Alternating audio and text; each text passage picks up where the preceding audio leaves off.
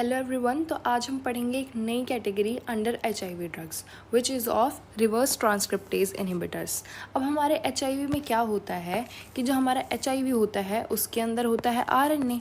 तो वो जैसे ही हमारी बॉडी के किसी भी सेल के अंदर जाएगा तो उसको हमारी बॉडी के सेल के DNA के साथ इंटीग्रेट होने के लिए अपने RNA को DNA में कन्वर्ट करना पड़ेगा। और इस RNA को DNA में कन्वर्ट करने के लिए हमें एक एंजाइम चाहिए दैट इज़ रिवर्स ट्रांसक्रिप्टेज। ये रिवर्स ट्रांसक्रिप्टेज क्या करेगा, RNA को DNA में कन्वर्ट करेगा। सो जो रिवर्स ट्रांसक्रिप्टेज होता है this is RNA dependent DNA polymerase. तो अगर हम इसको इनहिबिट कर देंगे, अगर हम इस RNA डिपेंडेंट DNA पॉलीमरेज या रिवर्स ट्रांसक्रिप्टेज को इनहिबिट कर देंगे तो क्या होगा, जो वायरस का RNA है वो DNA में कन्वर्ट नहीं हो पाएगा, तो वो बॉडी के सेल के जो जेनेटिक मटेरियल है उसके साथ इंटीग्रेट नहीं हो पाएगा और नए वायरस पार्टिकल नहीं बना पाएगा। तो this is how the next category of anti viral which is anti HIV drug works. So the name of this category is reverse transcriptase inhibitor. So, reverse transcriptase inhibitors inhibits reverse transcriptase enzyme that is RNA dependent DNA polymerase. तो ये reverse transcriptase inhibitor को अगर हम short form करके देखेंगे so that will become RTI, reverse transcriptase inhibitor. तो मैं चाहती हूँ इसमें थोड़ा सा चेंज करना जिससे कि आप जितने भी ड्रग्स है इसके अंडर उसको किसी स्टोरी की हेल्प से याद कर सके। तो मैं RTI को बना दूँगी RTA, मतलब कि रिवर्स ट्रांसक्रिप्टेज इनहिबिटर्स की जगह मैं इसको बना दूँगी रोड ट्रैफिक एक्सीडेंट। तो ठीक है, अब हम जितना भी रिवर्स ट्रांसक्रिप्टेज इनहिबिटर याद करेंगे वो हम याद करेंगे with the help of RTA, that is road traffic accident. तो जो हमारे रिवर्स ट्रांसक्रिप्टेज इनहिबिटर्स होते हैं वो कॉम्पिटिटिव भी हो सकते हैं और नॉन कॉम्पिटिटिव भी हो सकते हैं। तो जो हमारा RTA होता है, जो हमारा रोड ट्रैफिक एक्सीडेंट हो सकता है, वो दो चीज़ों की वजह से हो सकता है। या तो तुम गाड़ियों की रेस लगा रहे हो रोड पे तो इसीलिए तुम्हारा RTA रोड ट्रैफिक एक्सीडेंट हो गया, या तुम गाड़ी की रेस नहीं लगा रहे हो, नहीं कर रहे हो कोई कॉम्पिटिशन, तब तुम्हारा रोड ट्रैफिक एक्सीडेंट हो जाएगा। So these are the two categories of reverse transcriptase inhibitor, competitive and non competitive. Competitive हम किससे याद रखेंगे कि दो गाड़ियों की रेस लग रही थी, और नॉन कॉम्पिटिटिव कि कोई रेस नहीं लग रही थी। So first of all we will be talking about competitive reverse transcriptase inhibitor. जो हमारे कॉम्पिटिटिव रिवर्स ट्रांसक्रिप्टेज इनहिबिटर्स होते हैं वो न्यूक्लियोसाइड या न्यूक्लियोटाइड रिवर्स ट्रांसक्रिप्टेज इनहिबिटर होते हैं। तो न्यूक्लियोसाइड या न्यूक्लियोटाइड को हम डिनोट करते हैं N से। सो NRTI, न्यूक्लियोसाइड या न्यूक्लियोटाइड रिवर्स ट्रांसक्रिप्टेज इनहिबिटर। तो न्यूक्लियोसाइड हम अलग पढ़ेंगे, न्यूक्लियोटाइड हम अलग पढ़ेंगे। So let's come to the story जिसकी हेल्प से हम कॉम्पिटिटिव रिवर्स ट्रांसक्रिप्टेज इनहिबिटर याद करेंगे। तो ये स्टोरी है कि दो गाड़ियों का कंपटीशन हो रहा है जिसकी वजह से रोड ट्रैफिक एक्सीडेंट हो गया। तो दो गाड़ियों का कंपटीशन हो रहा है तो इसका मतलब कॉम्पिटिटिव, और जो हमारी गाड़ी है उनका रोड ट्रैफिक एक्सीडेंट हो गया तो उससे हम याद करेंगे RTI, इसका मतलब कॉम्पिटिटिव रिवर्स ट्रांसक्रिप्टेज इनहिबिटर्स। ठीक है, तो ये जो अडल्ट लड़का है इसने करी है रेस शुरू। इसने ज़िद करके बोला है कि मैं रेस करूँगा तो डीन के साथ ही करूँगा, जो कॉलेज का डीन होता है, मैं रेस करूँगा तो इसके साथ ही रेस करूँगा। तो जो ये लड़का है इसने ज़िद करी है कॉलेज के डीन के साथ compete करने की, और जैसे ही रेस स्टार्ट होती है तो ये क्या बोल रहा है डीन को कि साइड हो जा वरना आई विल लैम यू। ठीक है, तो ये क्या बोल रहा है लड़का कॉलेज के डीन को, जैसे ही रेस स्टार्ट हुई है कि साइड हो जा वरना आई विल लैम यू। तो क्या हुआ कि डीन की भी कार की रेस हो गई, इसकी भी कार की रेस हो गई। तो डीन की कार जो थी वो इतनी ज़्यादा अच्छी थी, इतनी ज़्यादा फास्ट थी कि उसके साथ compete करते करते, डीन की कार के साथ compete करते करते इस लड़के की कार जो थी वो जल गई। किसकी तरह जल गई, एकदम सीता माता की तरह इसकी कार जो थी वो जल गई। और वो इसकी कार भी नहीं थी, वो इसके अब्बा की कार थी। ठीक है, अब इसके अब्बा की कार जल गई, वो भी 3 बार जल गई सीता की तरह। और साथ में क्या हुआ, इसके साथ गाड़ी में बैठी थी इसकी बहन, और उसका नोज़ जो था वो टूट गया। ठीक है। So this was the whole story. ये लड़का था, ये ज़िद कर रहा था कॉलेज के डीन के साथ कम्पीट करने की। जैसे ही कार की रेस स्टार्ट हुई वैसे ही इसने क्या बोला कि साइड हो जा, otherwise I will lam you. जैसे ही कार की रेस शुरू हुई तो लड़के के जो कार थी वो जल गई, और वो कार इसकी नहीं थी, वो कार इसके अब्बा की थी। और साथ में क्या हुआ, किसकी तरह जली वो कार सीता माता की तरह जल गई, 3 बार जल गई। और उस कार के अंदर बैठी थी इसकी बहन भी, और इसकी बहन का नाक जो था वो टूट गया। तो अब हम देखते हैं कि कैसे हम ड्रग्स याद करेंगे with the help of this story. और साथ में जब तो साथ में जब ये होता है कि जब जल जाती है तो तीनों के तीनों क्या बोलते हैं, कि ओफ ओ, क्योंकि यार कार जल गई तो डीन को भी बुरा लग रहा है, इस लड़के को भी बुरा लग रहा है, इसकी बहन को भी बुरा लग रहा है, तो तीनों क्या बोलते हैं, ओफ ओ। तो अब जो हमने स्टोरी देखी है, हम इससे ड्रग्स कैसे याद करेंगे वो देखते हैं। तो कॉम्पिटिटिव आरटीआईज़ में हम दो तरीके के ड्रग्स देखते हैं, न्यूक्लियोसाइड वाले आरटीआई एंड न्यूक्लियोटाइड वाले आरटीआई। जो न्यूक्लियोटाइड वाले आरटीआई है इनमें एक ही ड्रग है, तो T4 Tide and T4 tenofovir. तो तीनों ने क्या बोला था, ऑफ ओ। जब इनकी कार वगैरह जल गई तो तीनों ने क्या बोला था, ऑफ ओ। तो न्यूक्लियोटाइड से हो जाएगा, तीनों ने क्या बोला था, ऑफ ओ, तो tenofovir, T4 Tide, T4 tenofovir. तो हमारे जितने भी कॉम्पिटिटिव आरटीआईज है उनमें से एक ही आरटीआई जो होता है वो T से शुरू होता है, and that will be the nucleotide वाला। ठीक है। अब हम आते हैं न्यूक्लियोसाइड पे। तो न्यूक्लियोसाइड हम किससे याद करेंगे कि लड़के ने क्या बोला था कि साइड हो जा, ठीक है, लड़के ने बोला था साइड हो जा, तो न्यूक्लियोसाइड हम इससे याद करेंगे। और किसको बोला था, डीन को बोला था। तो इनमें से ज़्यादातर के पीछे क्या आएगा, डीन आएगा, और जिनके पीछे डीन नहीं आएगा तो डी और बी दोनों सेम से होता है, कुछ के पीछे बीन आ जाएगा। ठीक है। तो दिस इज़ हाउ, बस सीन और काविर these are different, otherwise dean and bean will be constant. तो इस लड़के ने क्या किया था, इस लड़के ने ज़िद करी थी कि मैं डीन के साथ ही रेस करूँगा। तो ज़िद किसके साथ रेस करने की थी, डीन के साथ। तो ज़िडोवुडीन, डीन के साथ रेस करने की ज़िद करी थी। और जैसे ही स्टार्ट हुई थी उसने रेस, उसने क्या बोला था, I will lam you. So race जैसे ही स्टार्ट हुई थी तो उस लड़के ने क्या बोला था डीन को, आई विल लैम यू। तो स्टार्ट से हो जाएगा स्टा, किसको बोला था, डीन को, तो स्टावुडीन। और लैम करने को भी डीन को ही बोला था, तो लैमीवुडीन। सो ज़िडोवुडीन, स्टावुडीन, लैमीवुडीन। तो ये तीनों काम उसने डीन के साथ किए थे, तो इसमें आखिर में आएगा डीन डीन डीन। ठीक है। अब क्या हुआ, उसके अब्बा की कार सीता की तरह जल गई थी और 3 बार जली थी। तो अब्बा की कार थी इसलिए क्या हो जाएगा, अबाकाविर, अब्बा की कार, तो अबाकाविर। और क्या हुई थी, वो जल गई थी, किसकी तरह, सीता की तरह जल गई थी, तो जलने से हो जाएगा जेल। और किसकी तरह जली थी, सीता की तरह, तो जेल सीटाबीन। और कितनी बार जली थी, 3 बार जली थी सीता की तरह, तो एम ट्राइसीटाबीन। तो जेल सीटाबीन एंड एम ट्राइसीटाबीन। और साथ में क्या हुआ था, उसकी दीदी की नोज़ जो थी वो टूट गई थी, तो दीदी की नोज़ टूटने से हम याद करेंगे didanosine, didanosine. So this is how we are going to learn competitive RTI, जो हमने याद किया है आरटीए से, रिवर्स ट्रांसक्रिप्टेज इनहिबिटर को हमने कन्वर्ट कर दिया रोड ट्रैफिक एक्सीडेंट में। अब हम बात कर लेते हैं नॉन कॉम्पिटिटिव आरटीआई की। नॉन कॉम्पिटिटिव आरटीआई मतलब कि कोई कंपटीशन नहीं चल रहा था, कोई रेस नहीं चल रही थी 2 गाड़ियों के बीच में। तो इंसान रेस कब नहीं करता है, जब इंसान अकेला या अपनी बहन के साथ होता है तब तो वो रेस कर लेता है। लेकिन अगर कोई भी बंदा अपनी फैमिली के साथ होता है, बुढ़े बुढ़े से लोग होते हैं, तो वो क्या ही तो रेस करेंगे। तो ये नॉन कॉम्पिटिटिव एक्सीडेंट हो गया, मतलब कोई कंपटीशन नहीं चल रहा था लेकिन एक्सीडेंट हो गया।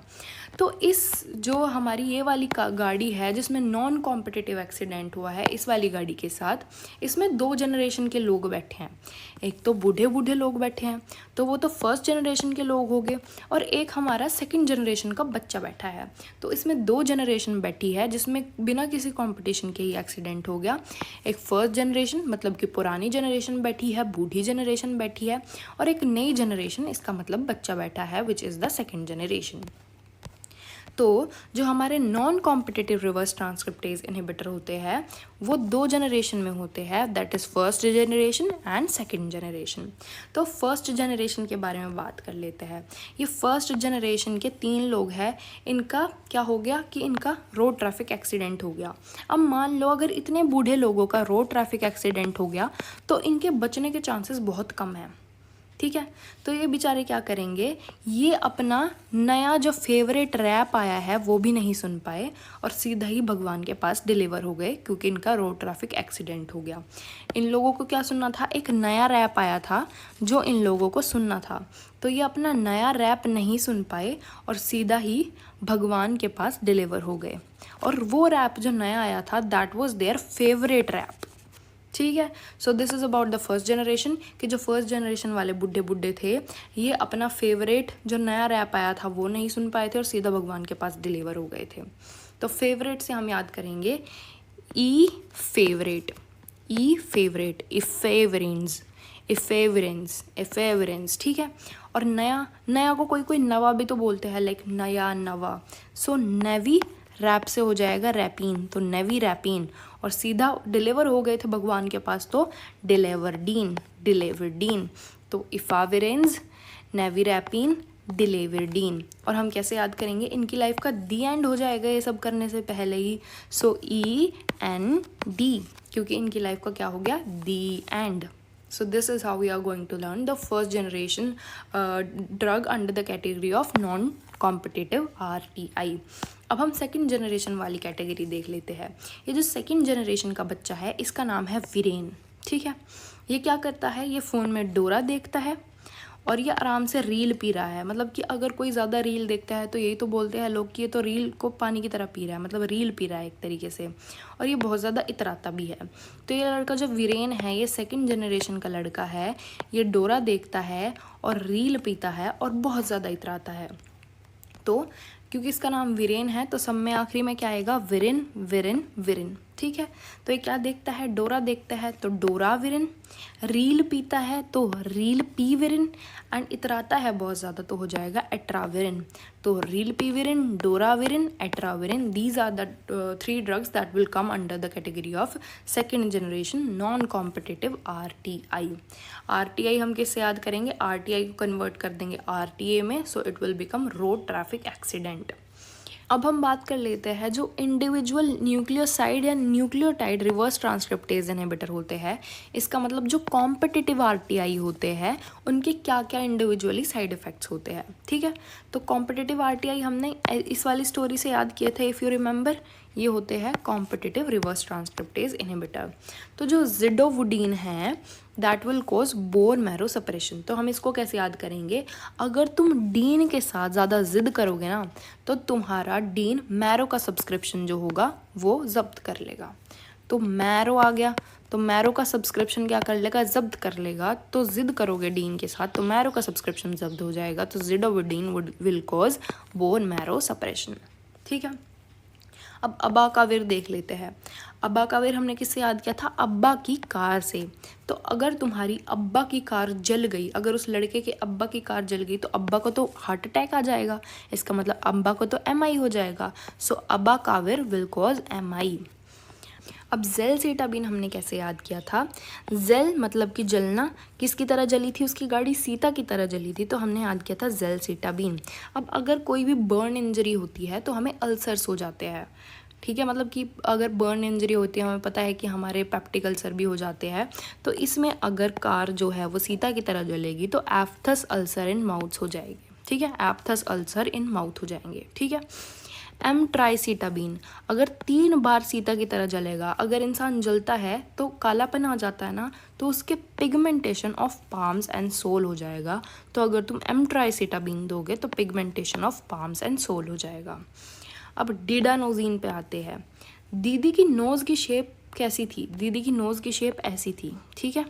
और पैनक्रियाज की शेप कैसी होती है, पैनक्रियाज की शेप भी ऐसी ही होती है, अगर तुम्हें एनाटॉमी में याद हो तो didanosine causes maximum risk of pancreatitis, ठीक है। क्यों, क्योंकि दीदी की नोज़ की शेप भी ऐसी है और पैनक्रियाज की शेप भी ऐसी ही है।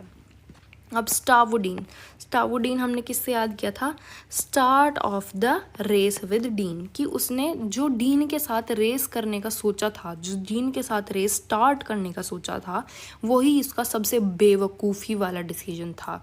बेवकूफ़ी किससे आती है, दिमाग से, न्यूरॉन्स से। तो इसीलिए stavudine will cause maximum risk of peripheral neuropathy. ठीक है, अब हम आते हैं अगले पॉइंट पे। ऑल न्यूक्लियोटाइड या न्यूक्लियोटाइड, इसका मतलब competitive reverse transcriptase inhibitors can cause pancreatitis and peripheral neuropathy. तो ये आखिरी वाले दो है, पेनक्रिएटाइटिस और पेरिफेरल न्यूरोपैथी, ये सारे के सारे हमारे एनआरटीआईज करते हैं, एक्सेप्ट वन, मतलब नॉट एक्सेप्ट बट जो लेमीवुडीन होता है, it has lowest risk of both these things and is the safest nucleoside और nucleotide reverse transcriptase inhibitor.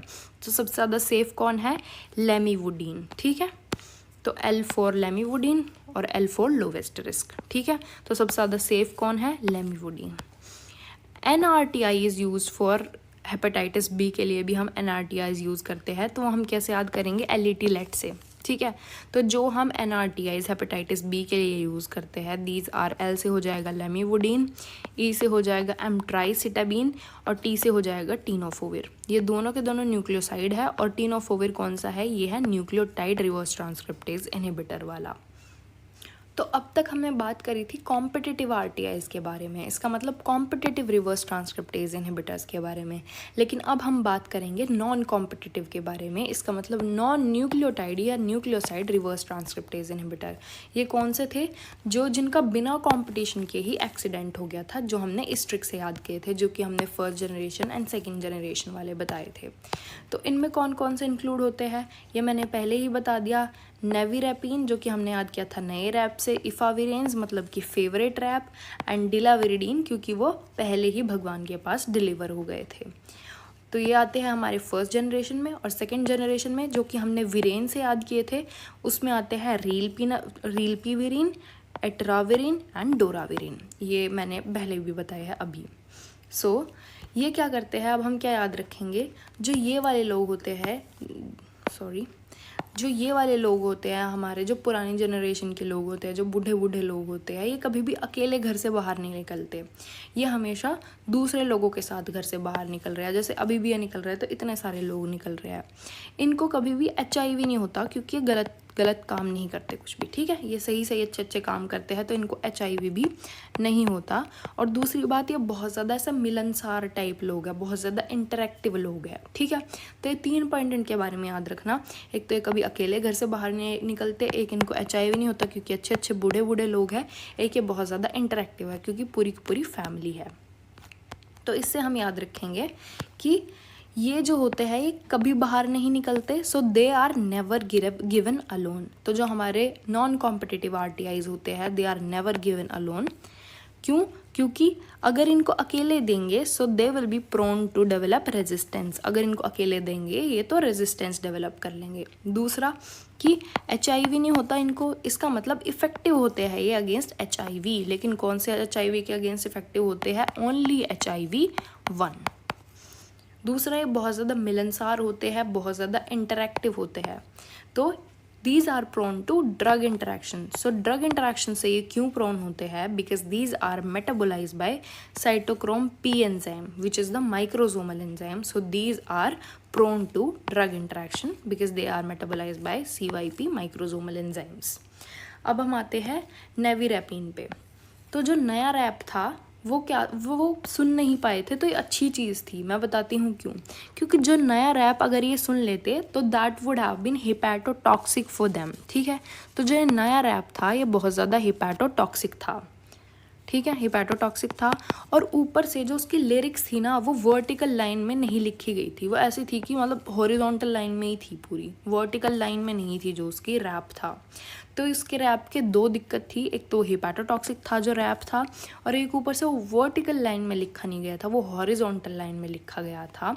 So it prevents vertical transmission from HIV infected mother to baby. तो जो नेविरेपिन है वो क्या करता है, वर्टिकल ट्रांसमिशन रोकता है। इसका मतलब अगर माँ को HIV है तो बच्चे को HIV नहीं होगा अगर हम नेविरेपिन देंगे तो इसीलिए वो जो रैप था वो वर्टिकल लाइंस में नहीं लिखा हुआ था। दूसरा क्या था, जो रैप था वो हिपैटोटॉक्सिक था, तो नेविरेपिन जो है वो हिपैटोटॉक्सिक है। So it should not be given with other hepatotoxic drugs, जैसे कि एंटी ट्यूबरकुलर ड्रग होता है। तो एंटी ट्यूबरकुलर ड्रग को हमें एंटी HIV ड्रग्स के साथ थोड़ा नहीं देना चाहिए। लेकिन अगर कोई बंदा ऐसा है जिसको TB भी है और साथ में HIV भी है, तो हम उस केस में क्या करेंगे, तो हम क्या करेंगे कि एंटी ट्यूबरकुलर थेरेपी पहले शुरू कर देंगे और उसके 2 हफ्ते बाद ART मतलब कि एंटी रेट्रोवायरल थेरेपी शुरू करेंगे। असिस्टेड रिप्रोडक्टिव टेक्निक मत सोच लेना। तो पहले एंटी ट्यूबरकुलर थेरेपी शुरू करेंगे और उसके 2 वीक बाद हम ART शुरू करेंगे। So this is how we completed our RTI, that is reverse transcriptase inhibitor, with the help of all the stories. I hope I would have made it easy for you. So thank you so much for watching and keep watching this channel. Thank you.